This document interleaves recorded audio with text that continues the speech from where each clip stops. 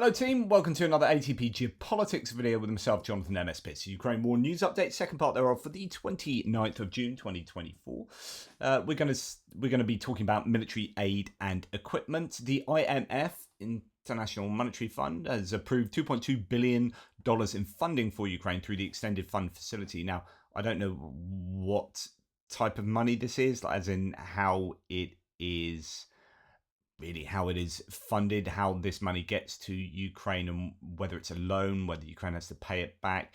And it says 2.2 billion in funding. Let's have a look. The International Monetary Fund approved the disbursement of this funding through the Extended Fund Facility to assist Ukraine with budgetary support. Quote, Ukraine's performance remains strong under the EFF despite challenging conditions. A news release from the IMF read, all quantitative performance criteria for end of March were met, and all structural benchmarks through end June were implemented on time or with a short delay. So Ukraine seems to be doing exactly what the IMF wants for it to qualify for getting this money. I presume these are IMF loans that will have to be paid back.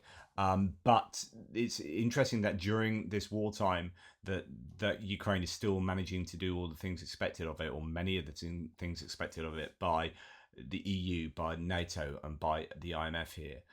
So these funds will help financial critical budget expenditures, social benefits, salaries of doctors, teachers, according to Prime Minister Shmyhal. Part of a new $150 million aid package the Biden administration will provide to Ukraine will include Hawk anti-aircraft interceptor missiles and ammunition for HIMARS. It's going to be a bit of a bog standard one, I think. We talked about this previously. I presume this is that same package that probably still hasn't been fully finalized, but we're going to be seeing the sorts of ammunition and equipment that Ukraine uses up regularly every day, and a lot thereof, so that the Ukrainians need to know that they are getting that supply consistently through. Austria's Ministry of Finance announced the creation of a €500 million fund that will support exports to Ukraine.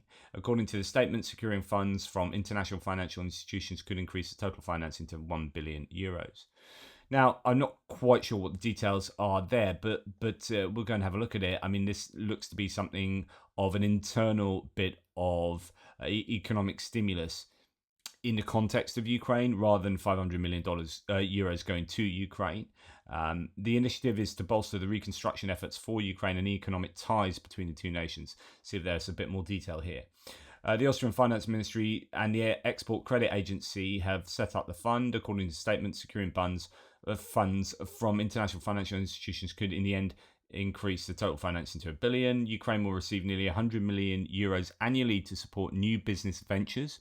Okay, interesting. So that is funding to Ukraine. The funding will also allow Austrian exporters, this is the part I was talking about, to invest in reconstruction projects in Ukraine. And this is quite often what we see from many countries. You know, when you're talking about Denmark helping to support Mykolaiv Oblast, that's a region that they are going to reconstruct. Of course, there will be, in fact, I think it's like, if anything happens, if there are any, I don't know if they have to tender anything, or there needs to be a certain amount of Danish involvement in any kind of activity that takes place. In other words, and you understand this, like the realpolitik of this is there's no such thing as free lunch. So if Denmark, for example, are going to give money for the reconstruction of Ukraine, then Denmark need to see some benefit to that directly to themselves, not just about the stability of the region and Ukraine doing well and this being a poke in the eye for Russia, but actually there needs to be some business economic benefit for Denmark. And so the reconstruction of Mykolaiv will heavily involve Danish firms, building firms, design firms, agricultural firms, so on and so forth. And the same here with Austria. Ukraine will, given that funds are limited and the goal is to achieve broad risk diversification, including in the supported areas, small and medium-sized deals in the public sector based on a state guarantee will be possible as the programme's first step. Quote, it will allow us to make vital investments for Ukraine, the provision of drinking water and heat, restoration of the transport sector, including roads, bridges and railway infrastructure, and signing up supply deals and investments such as joint workshops for buses, trams and trains. Among the projects. I mean, the reality for Ukraine is in the war and the post-war period that so much of the reconstruction will be being directed or supported by outside entities.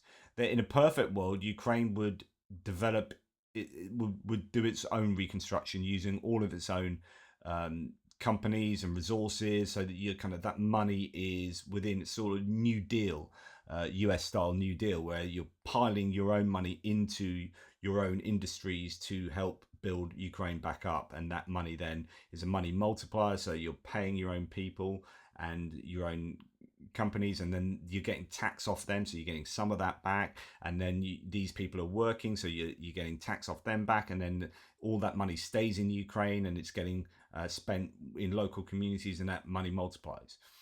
The reality of the situation is that there will be so many outside entities involved in Ukraine that a lot of that money will end up going back out of Ukraine, and that is suboptimal, but there is no other option, right? If you need that money invested in Ukraine, which you desperately do, they can't generate all that money themselves. They will need to have outside entities helping them, and it's just the nature of the beast. Anyway, this is Austria getting involved, which is great news to see Austria taking, helping Ukraine in their reconstruction. Now, the Australian company EOS Defence Systems plans to set up production in Ukraine, so another defence manufacturer setting up in Ukraine, according to the Ukrainian Defence Ministry. EOS Defence Systems produces tech solutions to counter unmanned aerial vehicles and ground targets. So that's good news there. The Ukrainians will be getting some good old Aussie drones to help with whatever they need. I think it's just bloody brilliant. Of course, had to happen. Germany, Romania, and the Netherlands will transfer one Patriot air defense battery to Ukraine. Each Italy will transfer the second SAMP-T battery. Nothing we didn't already know, but this is confirmation from the Prime Minister Schmihal. So Germany, Romania, that one definitely is coming from Romania, and the Netherlands, who have built one together with lots of things, I think, from random places, and Italy with SAMP-T. So that's going to happen. Of course, we are hoping that 8 PAC-2 Patriots will come from Israel as well. And when I talked about 4 of them being US ones, 4 of them being Bundeswehr ones, the difference between the German variant of the Patriot and the American is the American variant isn't as mobile. The German one is set on the back of these trucks, these manned trucks, and that means that you can shoot and scoot a little bit more easily with the American version than the American one. So when Israel have 4 of each, you can imagine the 4 German ones would more likely be the ones placed nearer the front line. Anyway, a new group of specialists has returned to Ukraine. The first group of pilots is almost ready. So Denmark is training Ukrainian aviation personnel for the F-16. By the end of the year, around 20 Ukrainian pilots will have been trained. Additionally, approximately 100 Ukrainians are being trained for support roles, such as mechanics, weapons specialists, and ground staff. The first 50 support personnel have completed their training and returned home to prepare for the combat aircraft. Training for the next 50 will commence after the summer holidays. The first batch of pilots is close to being fully trained, but has not yet completed their training.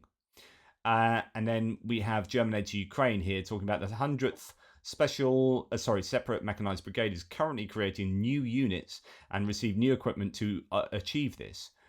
2 weeks ago, they apparently also received Marder 1A3 IFVs, infantry fighting vehicles from Germany, according to footage published by Suspilna in Ukraine. This goes in line with the latest deliveries of German military aid to Ukraine, as 2 weeks ago the German government published the delivery of another 20 Marders.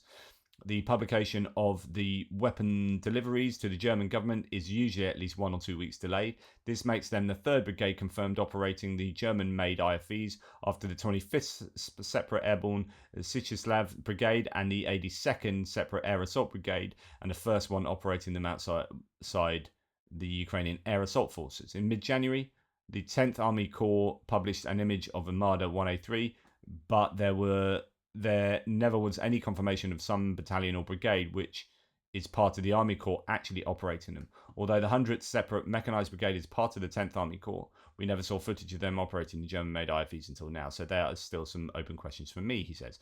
So this is interesting that there are whole new units being created again. This has vibes of prior to the Ukrainian counteroffensive last May, where you were seeing these new units getting tooled up with Bradleys and with Abrams and whatnot. Well, now it seems that the German equipment is being used to tool up some new units. It's good news there. Now, Slovakia will help the Czech Republic with ammunition for Ukraine, says Slovak President Peter Pellegrini. Quote, we will make a significant contribution with our production capacity to the success of the Czech munitions business. Slovakia has increased production at its factories where ammunition of the required calibers is produced or stored. Now, what I think is going on here, so Pellegrini is, like Robert Fico, very much the pro-Russian camp.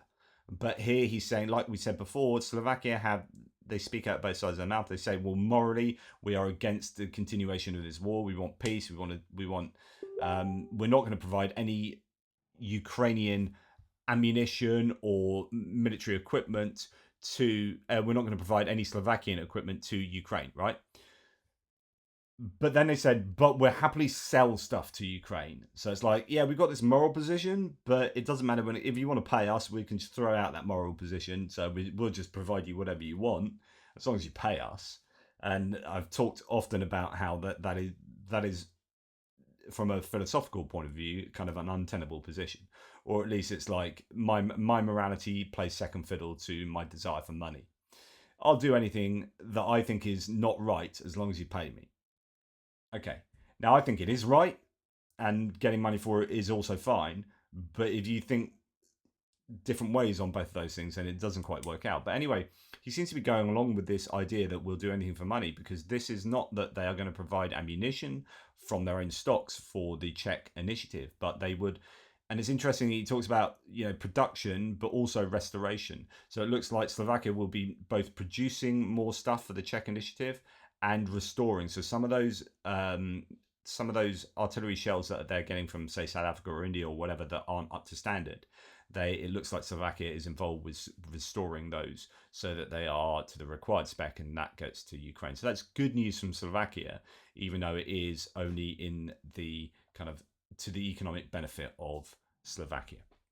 Right, Republicans are becoming frustrated with USA's hokey cokey on Ukraine's use of ATACMS inside Russia. This is the chair of the Foreign Affairs Committee, Congressman Keane, asking for clarification. So let's see what he has to say. The initial policy change to allow Ukraine to hit targets in Russian territory did not occur until after Russian troops opened up a new front near Kharkiv, and even then, the administration's initial change was only a half step. The policy has been revised, but it's still unclear to Congress what exactly the policy is.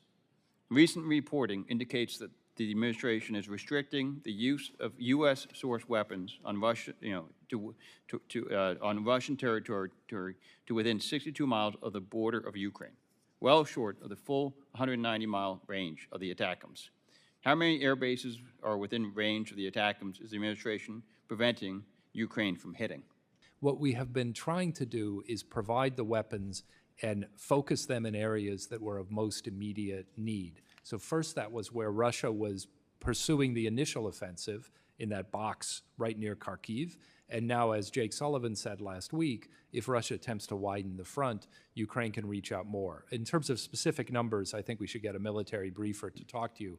We are seeing dramatic shifts in Russia's ability to sustain its campaign against Ukraine because of the loss of facilities in the target.